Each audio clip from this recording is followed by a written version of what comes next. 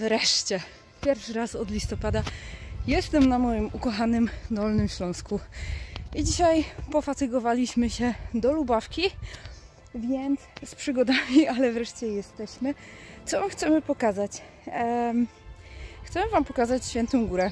Jest tutaj Kalwaria, są tutaj kaplice. Za mną, za chwilę tam podejdę, kaplica Ostatniej Wieczerzy i droga krzyżowa, która jest nieremontowana już wiele lat, jeżeli chodzi o te stacje, pomniki, kapliczki.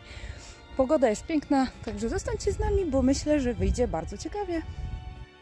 Kalwaria Lubawska na Świętej Górze została wpisana do rejestru zabytków dopiero 30 lipca 2015 roku. Robiący do dzisiaj wrażenie zespół 6 kaplic oraz stacji drogi krzyżowej przez lata popadał w coraz większą ruinę. Pierwsze kapliczki zostały wzniesione na przełomie XVIII i XIX wieku, jednak te, które nadal możemy podziwiać obecnie, pochodzą z przełomu XIX i XX wieku. Stacje drogi krzyżowej pochodzą z lat 1845-46. Fakt powstania całego zespołu zabudowań sakralnych świadczy o wyznawaniu przez lokalną ludność wiary katolickiej jeszcze od czasów austro-węgierskich. Pamiętajmy, że w dużym skrócie włodarze pruscy byli wyznania protestanckiego. Szczegółowe daty powstania wszystkich kaplic nie są znane.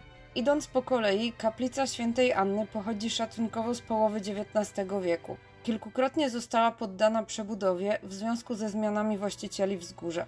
Kaplica Ostatniej Wieczerzy pochodzi z 1892 roku, kaplica Koronowania Chrystusa z połowy XIX wieku, kaplica Matki Boskiej Bolesnej z 1866 roku, kaplica Grobu Pańskiego z połowy XIX wieku, a kaplica Zmartwychwstania z 1902 roku. Jest jeszcze trzecia na trasie, malutka urzekająca kapliczka Anioła Stróża. Pobliska rzeźba anioła od lat nie ma już głowy.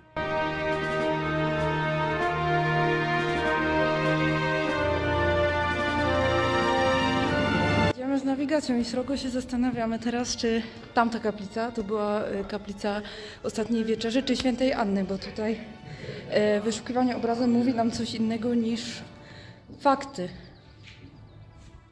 Niestety, ostatni remont miał miejsce jeszcze w latach 1959-1968, chociaż miejsce wygląda tak, jakby prace odbyły się o wiele dawniej. W kaplicach brakuje okien i drzwi, zaś dachy i ściany są dziurawe. Tylko dawne polichromie ścienne oraz nieliczne zachowane detale pozwalają przypuszczać, jak piękne miejsce możemy niedługo bezpowrotnie utracić.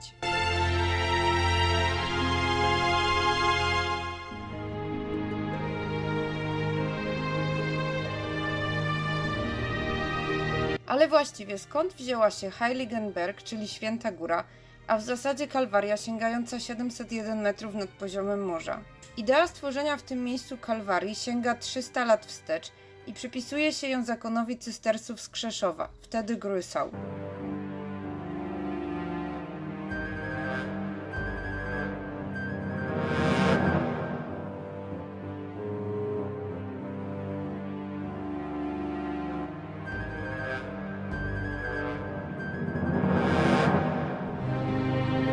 Liczyliśmy stację drogi krzyżowej.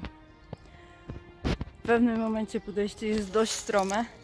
Zastanawialiśmy się, kiedy ostatni raz było pokonywane przez osoby, które tutaj faktycznie z pobudek religijnych przyszły.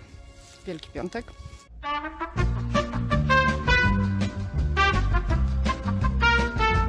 To właśnie cystersi, choć ostatecznie skasowani 30 października 1810 roku decyzją króla pruskiego Fryderyka Wilhelma III, nie tak do końca bez powodu, ale o cysterskich finansach pogadamy kiedy indziej. Kasacji uległo wówczas 56 klasztorów męskich oraz 13 żeńskich na terenie całego Śląska. Ufundowali pierwszą kaplicę na Świętej Górze. Dalsze działania wynikały już ze starań okolicznej ludności oraz pielgrzymów. Tak oto narodziło się rzeczone już 6 kaplic wraz ze stacjami drogi krzyżowej, które wybudowano z piaskowca. W 1822 roku miejscowy rzeźbiarz Johann Südhardt wykonał i oddał na rzecz Kalwarii kilka piaskowcowych rzeźb. Muszę nagrać przemyślenia na gorąco, bo... Piotrek! Screw you guys, I'm going home. każdym razie mam takie przemyślenia na gorąco, bo tutaj na przykład jest taka tabliczka i tutaj ewidentnie jest rzymska liczba 13, więc co, niektóre stacje były w formie kapliczek?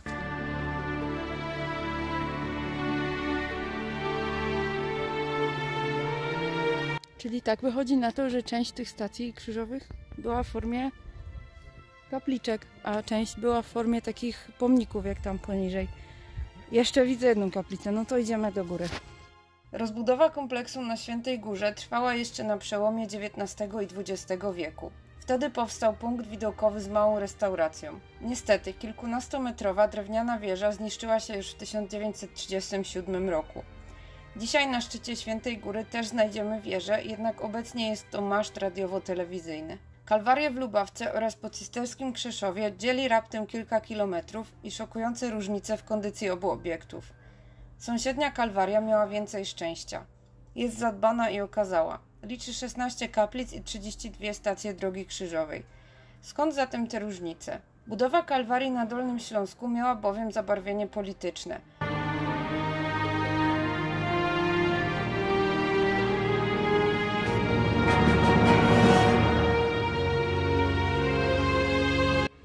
Dobra, więc już zobaczyliśmy praktycznie wszystko, co na tej trasie można było zobaczyć. Oczywiście nie mówię totalnie wszystko, bo to jest góra, tu jest las i rzeczy, które po prostu zrobiły na mnie ogromne wrażenie. Więc możliwe, że coś przeoczyliśmy z emocji, z nierozpoznania w terenie i tak dalej.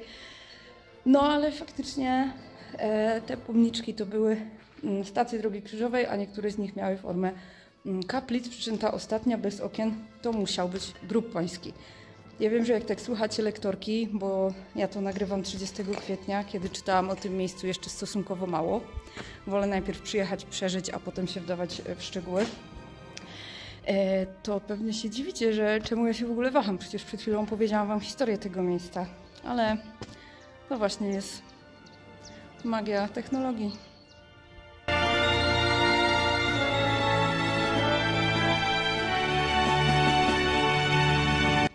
701 metrów nad poziomem morza. Jesteśmy na szczycie Świętej Góry, co oznacza, że trzeba się kierować do samochodu, bo jeszcze chcielibyśmy wam pokazać tutejszy dworzec, który kiedyś był bardzo ważnym miejscem o wysokiej randze. Austro-węgierscy włodarze Śląska, Habsburgowie, byli wyznania katolickiego. Budowa Kalwarii stała się jednym z narzędzi kontrreformacji, które cieszyło się nie tylko wsparciem władz kościelnych, ale i cesarskich. Do tego budowy ochoczo finansowali wierni oraz inni sponsorzy, wiedząc, że pielgrzymi chętnie będą przybywali do ich miejscowości. Nie zapominajmy także o samym czynniku estetycznym. Chociażby Kalwaria w Lubawce, choć pogrążona w ruinie, do dziś wywołuje niesamowite wrażenia.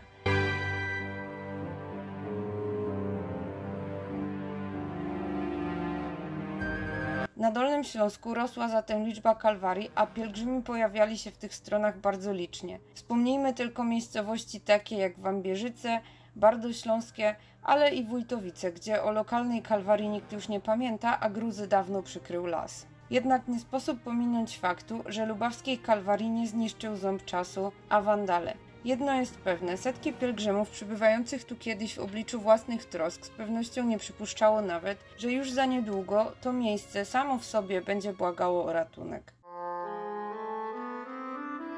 Stając naprzeciwko lubawskiego kolosa, który na całym Dolnym Śląsku kubaturą ustępuje tylko budynkowi dworca Wrocław Główny, widać świadectwo dawnej rangi administracyjnej Lubawki. Kiedyś przed dworcem znajdował się zadbany skwer z obszernymi alejkami dla pieszych oraz dekoracjami roślinnymi. Wtedy Lubawka nosiła nazwę Libał, a z oryginalnego budynku stacji granicznej korzystały koleje pruskie oraz austriackie. Został oddany do użytku 29 grudnia 1869 roku, a dodatkowo w skład kompleksu wchodziły 2 parowozownie, główna nastawnia i 2 nastawnie wykonawcze, 3 magazyny oraz zadaszony peron. Był to spory węzeł kolejowy. Istniał tu 1 tor główny, 4 dodatkowe oraz 14 torów bocznych.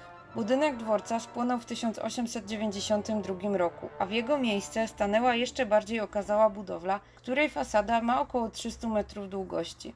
W środku podróżni mogli udać się do restauracji, 2 ocieplanych poczekalni, a także oczywiście zakupić bilet, co dzisiaj jest niemożliwe. Biegnąca przez Kamienną Górę i Lubawkę linia kolejowa z Sędzisława aż do austriackiej granicy stanowiła pierwsze odgałęzienie śląskiej kolei górskiej, Schlesische Gebirgsbahn, czyli ogromnej inwestycji pruskich kolei państwowych. Budowa linii w trudnym górskim terenie u podnóża Sudetów Zachodnich i Środkowych miała charakter pionierski. Zaprojektowano bowiem pierwszą magistralną linię kolejową przebiegającą przez teren górski. Elektryfikacja linii rozpoczęła się w 1912 roku po 4 latach od opracowania planu przez Ministerstwo Robót Publicznych. W ramach ciekawostki warto dodać, że budynek dworca znajduje się na wysokości 504 metrów nad poziomem morza. Upadek budynku dworca rozpoczął się po II wojnie światowej, gdy zmianie uległ kształt granic, a pasażerski ruch transgraniczny wygasł. Przez granicę nadal normalnie przebiegał ruch towarowy, jednak infrastruktura pasażerska stopniowo miała nadawane nowe funkcje. Wiele pomieszczeń adaptowano na mieszkania, w budynku działało także kino. W latach 90. XX wieku dworzec ponownie stanął w ogniu, co zdarzyło się jeszcze kilkukrotnie. W 2008 roku zdewastowany pustostan odkupił inwestor prywatny, jednak mimo obietnic otwarcia luksusowego hotelu w obrębie budynku nic się nie działo. Po 4 latach bezczynności nowego właściciela, zgodnie z umową, gmina Lubawka miała prawo do odkupu nieruchomości według zasad kodeksu cywilnego. Tak się jednak nie stało, a w międzyczasie stary dworzec trafił w kolejne prywatne ręce.